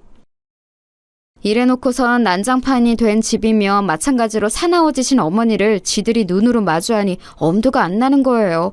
서둘러 도망치듯 나가버리지 않나. 하여간 그 후로는 잘 오지도 않더라고요. 가끔 짜증나는 톡 문자만 길게 남겨놨어요. 형수밖에 없어요. 우리 엄마 잘 모셔줘서 고마워요. 잘 부탁드립니다. 형도 고마워하고 엄마도 고마워하고 있을 거예요. 뭐 이런 식의 내용을 길게 남겨서 보내놓고 그래놓고 안심하는 것 같더라고요. 헌데 이 와중에 또 무슨 짓을 저질렀는지 한밤중에 전화가 걸려왔어요. 이번엔 서방님이 아닌 동서한테 전화가 걸려왔더라고요. 저 형님! 지금 이 사람이 사고를 쳐서 저희가 지금 수중에 돈이 없어요. 이유는 저도 잘 몰라요. 술 먹다가 시비가 붙었나 봐요. 저희요? 저희도 돈이... 아니 여유가 없다니까요? 형님 돈 있으시잖아요. 어머니가 챙겨주신 거 많으실 텐데 왜 이러세요? 형제끼리 돕고 살아야죠. 진짜 말인지 방구인지 알 수 없을 것 같은 소리만 짓거려대는 동서의 말을 듣고 저는 그마저도 몇백만 원을 떼어서 수습하라고 보내주었답니다. 다행히 어머니가 생활비 여부로 주신 게 조금 있었지만 그렇다 해도 그다지 여유 있진 않았어요. 아무튼 저도 점점 지쳐가고 나중에 어머니에게서 눈을 떼어서는 안 될 지경까지 가게 되니 많은 고민이 생기더라고요. 과연 내가 이렇게 계속 붙어있는 게 맞는 것일지도 잘 모르겠고 말이에요. 그러던 어느 날 저도 아직 이게 긴가민가 헷갈리지만 남편을 만나게 되었지 뭐예요. 물론 당연히 현실이 아니라 꿈 안에서 남편을 마주하게 되었어요. 제가 너무 힘들어하고 지쳐서 그리고 속으로 잠깐 남편을 원망했던 적이 있어서 그랬던 것일까요? 그런데 꿈속의 남편은 우리가 처음 데이트를 했던 회사 뒤쪽 놀이터에 그냥 앉아있더라고요. 그러면서 저를 슬픈 눈으로 응시를 하고 있는데 제 기분 탓인지 모르겠지만 무척 미안해하는 표정이었어요. 그런 꿈을 꾸고 나니 정말 딱 한 번 제 꿈에 그렇게 왔지만 마음이 참 무겁더라고요. 아무도 나를 알아주지 않고 다 외면하는 것 같고 나름의 패기를 갖고 시작했던 치매 어른 모시기의 한계를 느낄 때쯤 몹시 미안해하고 측은해하는 표정의 남편이 제 꿈에 나타났었어요. 그러고 나서 저는 며칠 걸려 다시 마음을 다잡았답니다. 그게 내 생각으로 인해서 나온 꿈일지언정 일단 시작을 했으면 끝을 봐보자, 이러다 죽기야 하겠어 하는 생각으로 말이에요. 그래도 정말 남편이 내 진심을 안다면, 그리고 이런 상황을 안다면 나에게 일말에 미안해하고 고마워하는 마음이 있겠지, 남편은 알아주겠지 하면서 몇 번이나 제 자신을 다독였어요. 그 뒤로도 혹독하게 저를 덮쳐오는 어머니와의 힘든 씨름의 날들을 지나곤 지나 급기야는 간병인이 오셔서 같이 도와야 하는 날이 찾아오고 말았어요. 하지만 그것도 잠시. 간병인 분도 이렇게 말씀하시더라고요. 며느님, 아무래도 어머님 저 정도면 이제 우리 같은 사람들이 나설 일이 아니에요. 요양원에 들어가시는 게 맞을 것 같아요. 남편이 안 계신 거죠? 그럼 이 집 자식들이랑 얘기해 보시고 결정하는 게 좋겠어요. 나도 이렇게 지치는데 젊은 사람이 어째 지금까지 버텨왔대요. 아유, 안쓰러워라. 그만하고 요양원을 알아봐요. 저는 이제 더 나오기는 힘들겠어요. 이 말씀을 듣고 나니 그것도 틀린 말은 아닌 것 같더라고요. 그리하여 저도 이 이상은 더 넘기기 힘들 것 같아 서방님네 부부를 호출했어요. 그마저도 동서는 바쁘다며 안 왔고 잔뜩 인상 쓰고 있는 서방님과 둘이 나란히 앉아 얘기를 했답니다. 당연히 서방님은 듣자마자 불같이 화를 내더라고요. 뭐라고요? 엄마를 요양원에 보내? 아니, 이제껏 잘해왔잖아요. 엄마 돌아가실 때까지 잘 모시는 게 형수님 역할 아니던가? 그래서 이 집에서 엄마 돈 먹어가면서 붙어있던 거 아니에요? 그거 생각해보니까 우리 엄마 너무 불쌍해서 안 되겠네. 나 진짜 눈물이 날 지경이에요. 형수님이 인간이긴 해요, 진짜? 그러는 너는 사람 자식이 맞느냐고 입 밖에 내고 싶었지만 꾹 참고 저는 굳세게 의지를 전달했어요. 정 안 되시겠으면 서방님이 모시면 되겠어요. 저와 어머니 서로 너무 힘든 상황이고 저는 할 수 있을 만큼 했다고 생각해요. 그리고 돈이요? 필요하다면 얼마든지 어머니가 주신 생활비 쓴 내역 보여드릴 수 있어요. 그리고 그중 얼마 서방님 사고 친 대가로 들어갔다는 걸 본인도 아실 텐데요. 전 바라는 거 하나도 없어요. 이 집도 제가 들어앉을까 봐 겁나신다면서 제가 나가면 되는 거 아닌가요? 대가 무엇도 바라는 거 없고 이제 전문인에게 맡겨서 어머니도 좀 편해지시게 해드리고 싶을 뿐이라고요. 하지만 저의 강력한 의견에도 서방님은 회피하고 화만 마구 내더니 나가버렸고요. 이후로도 일방적으로 연락을 무시하고 받지 않더라고요. 속이 타오를 대로 타버린 저는 너무 지쳐서 스스로 알아보게 되었어요. 제가 자녀도 뭣도 아닌 직계도 아니지만 어쨌든 모시고 있는 입장에서 얼른 절차를 진행하는 게 낫겠더라고요. 하지만 등급은 어느 정도 나왔지만 저 외에 진짜 자녀인 서방님과 뭔가 증명할 길이 없으니 요양원에 보내드리는 것도 쉽지 않은 거예요. 인터넷으로 알아보니 그것도 어찌어찌 증명해서 입소시켜드릴 수 있다고 하는데 직계 자녀인 서방님이 아무런 동의도 뭣도 응해주질 않고 있어서 정말 미치겠더라고요. 동서조차도 연락을 무시하고 그렇게 감시하고 돈 뜯어낼 때에는 일부러 전화를 안 받으며 찾아오더니만 아예 그 둘은 제 앞에서 거의 잠적하다시피 사라져버렸어요. 애도 키운다는 것들이 어쩜 그 모양인지 저는 저도 모르게 서러움에 북받쳐 밤에 울기도 했었네요. 그래도 이러나 저러나 현실을 받아들이는 수밖에 없어서 평소와 똑같은 날들 혹은 평소보다 좀 더 심하고 괴로운 날들 이런 것 따위를 핸드폰 어플 일기에 표시해가면서 하루하루를 보냈어요. 지나고 보니 그때 나름 알아둔 정보라든지 써왔던 일기들이 훗날 저에게 다른 방면에서 도움이 될 줄 상상도 못했지만 말이에요. 아무튼 어머니는 이후로 더 나빠졌으면 나빠졌지 호전이라는 단어는 감히 입에 담기도 힘든 상황이었어요. 그래서 어쩌다가 잠이라도 푹 주무시면 감사할 뿐이고 제가 어머니보다 일찍 잠들면 순간 뭔 사고가 났을까 싶어 꿈에서도 긴장을 하고 있었던 것 같아요. 그러던 어느 날 새벽녘에 그렇게 팔팔하게 움직이시던 어머니는 본인 침대 위에서 아주 고요하게 마치 아기가 잠들어 있는 것 같은 모습으로 순하게 삶을 마감하셨어요. 그날이 어머니의 마지막 날이라는 걸 알았더라면 뭐가 달라졌을 것인가 생각해보지만 아무래도 저는 너무 피로하고 지쳐 있었기에 똑같은 날과 똑같은 표정으로 보냈을 것 같아요. 이때 어머니가 소천하셨으면 알게 된 제 심정이란 아직 다시 떠올려봐도 잘 모르겠어요. 가족도 없이 자란 내가 어떻게 용케 어른과 함께 몇 년을 살며 별꼴을 다 보고 임종까지 지킬 수 있었던 걸까요? 아무리 생각해도 제 힘으로 한 것 같지는 않네요. 아무튼 이 사실을 알렸을 때 마치 차단이라도 돼 있는 양 수개월째 제 연락을 피했던 서방님은 단박에 뛰어오더라고요. 이게 무슨 일이야? 엄마! 엄마! 그러면서 어머니를 붙잡고 통곡을 해대는데 제가 너무 감정에 무딘 사람이라 그런지 몰라도 조금도 가슴 아프지 않더라고요. 저와 어머니 관계의 끝은 제 나름대로 감정이 많았지만 이상하게 어머니와 서방님의 이별에 대해선 무감각한 눈으로 보게 되었어요. 슬프긴 하겠지만 정말 슬픈 걸까? 진짜 슬퍼서 우는 걸까? 별의별 의문이 다 들더군요. 그리하여 어머니 장례까지 이어지고 그 시간 동안에도 저는 그놈의 큰며느리 역할을 하느라 쉴 새가 없었답니다. 사실 이 며느리라는 직함에 대해 남편이나 어머니에게 직접적인 불만은 없어요. 저 명칭을 갖고 애들 놀려대듯 불러대는 서방님이 지독히도 혐오스러웠을 뿐이죠. 그리고 겨우 정신이 돌아와 저는 슬슬 제자리를 정리할 생각을 하고 있었는데요. 장례 치른 지 며칠이나 되었다고 서방님은 쳐들어와서 고성을 질러대는 거예요. 아, 뭐야, 아직도 여기 있었어? 당장 나가요, 좋게 말할 때. 아니, 좋게 말할 필요도 없지.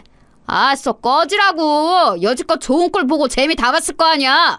부모 자식 뭣도 없이 막 굴러다니면서 산 주제 꼴에 우리 집에 시집 와가지고 어디 단칸방에서나 굴러먹어도 싼 게 이런 집에서 용케 잘 살았지. 미안한데 이 집 내 거야. 우리 엄마가 유언장도 남겼어. 한번 볼래?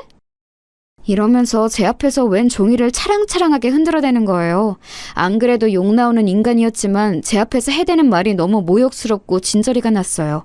어찌나 인간에 대한 혐오가 강해지던지 제 자신을 스스로 지키기 위해서 이 환경에서 빨리 나가야겠더군요.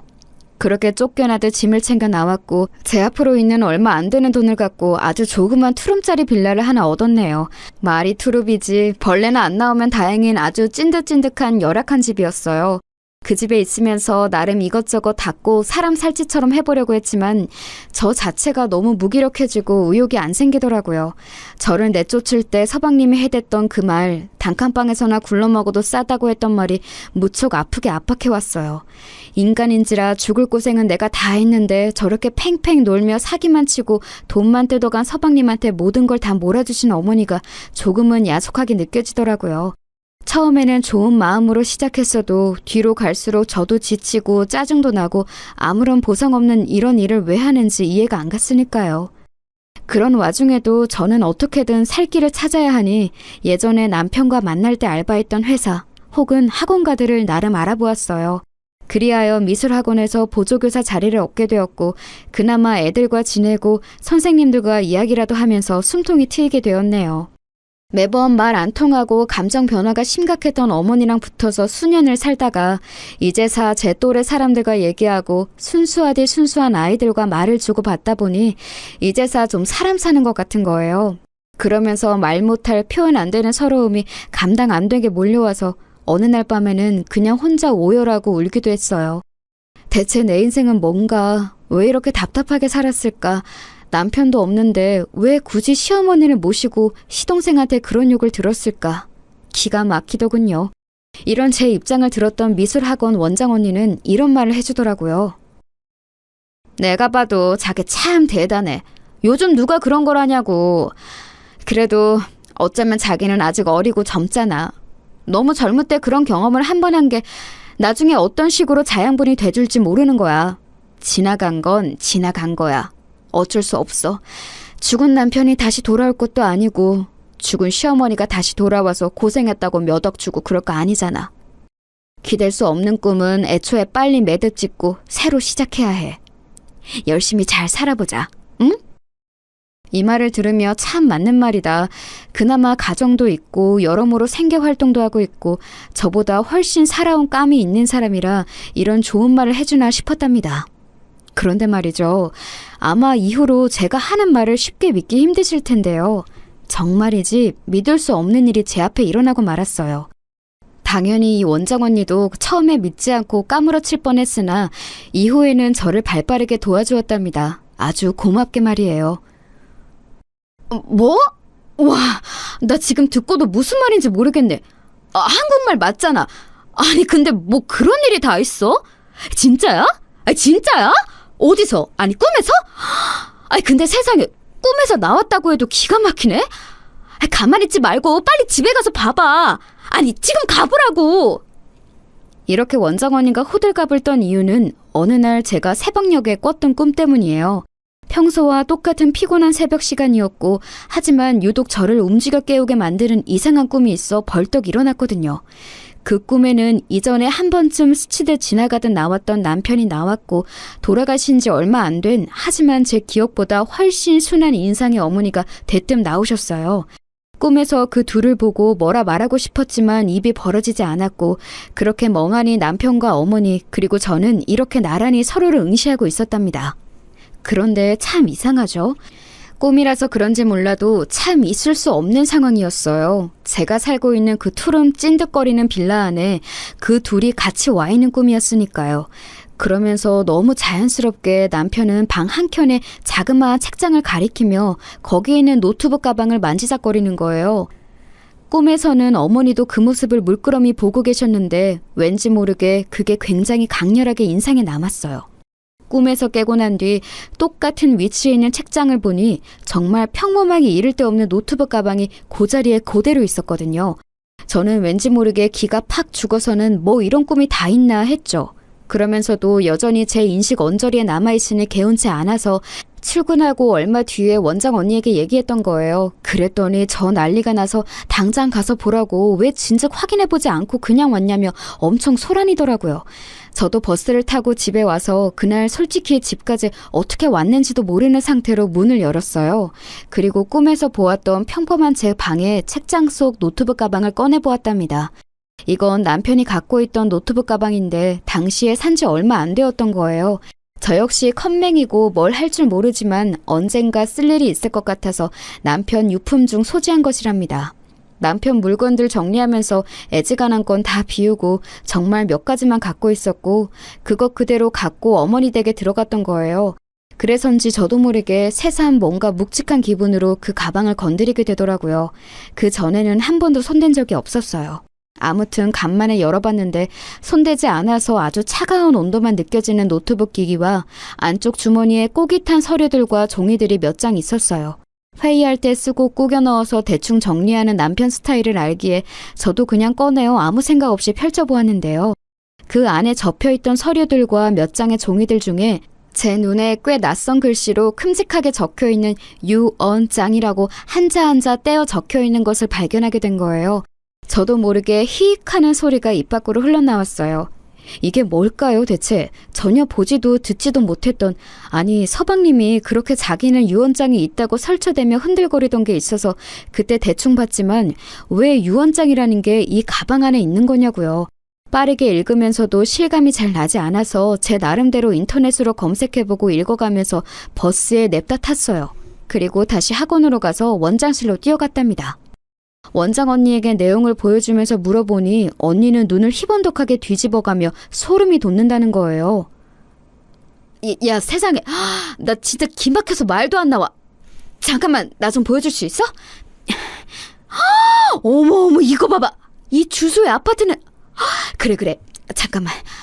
그럼 이건 어머 자기 시어머니가 자기를 외면한 게 아니네. 이거 봐봐. 무슨 말인지 알겠지? 이 원장 언니가 마구 소리를 지르며 저에게 알려준 내용은 저도 오는 길에 읽으면서 어렴풋이 파악한 내용이지만 저에게 재산을 얼마 정도 상속하겠다는 것이었어요. 서방님이 그렇게 쌍심 지켜고 지키겠다며 난리를 쳐댔던 그 시댁 아파트, 20억대에 달하는 아파트는 서방님에게 주겠다고 적혀 있었고 다른 지역에 있는 또 다른 20억대 아파트가 있다는 거예요. 그것은 며느리인 저에게 상속하겠다는 내용이었답니다. 그러면서 조목조목 필요한 내용이 다 적혀 있었어요. 이미 유언장이 있고 어머니에게 있는 재산은 아파트 한 채라고 알고 있던 서방님의 의견과는 달랐기에 이때 약간 혼란스럽더라고요. 하지만 이미 친정 가족 간의 상속 싸움으로 인해 여러모로 화병을 달고 살았던 원장 언니는 이쪽에 대해선 빠삭하게 안다며 저를 무척 많이 도와줬어요. 서방님이 들고 있던 그 유언장은 제 딴에 딱히 확인도 안 하고 그냥 나와버려서 저도 잘 몰랐는데 알고 보니 지들끼리 적당히 꾸며낸 것이었더라고요. 혹시나 제가 달려들어서 지들한테 증거를 달라고 할까봐 이 집 내 거라고 우길까봐 정말 허접하게 꾸며낸 유언장이었어요. 평소에 지들 엄마에 대해서 아는 것도 없으니 재산도 그 아파트 한 채인 줄 알았던 거죠. 하지만 알고 보니 어머니가 직접 쓰셨던 유언장 안에는 다른 내용이 있었던 거예요. 훨씬 상세하고 확실하게 날인이나 필요한 모든 것들이 갖춰진 하나의 서류였어요. 정말 이들은 모르는 건가 싶어 동서의 SNS를 들어가 봤는데 그동안 관심 끊고 살다가 둘러본 그들의 근황은 정말 장난 아니더라고요. 능력도 없고 돈벌이도 제대로 못하는 서방님은 애아빠이면서도 늘 밖으로 돌고 동서랑 원룸이나 여기저기 돌면서 힘들게 살았어요. 그런 부분을 어머니는 전혀 지원해주지 않으려고 악을 썼고 사고 칠 때나 간간히 막아주셨거든요. 그런데 학군지 좋고 위치도 좋고 30평대 아파트인 어머니 집에 들어가서 살게 되었으니 아주 그 거만한 기세가 하늘을 찌를 정도였어요. 동서는 본인 SNS에 얼마나 허세를 떨어놨던지 눈 뜨고 못 볼 지경이더라고요.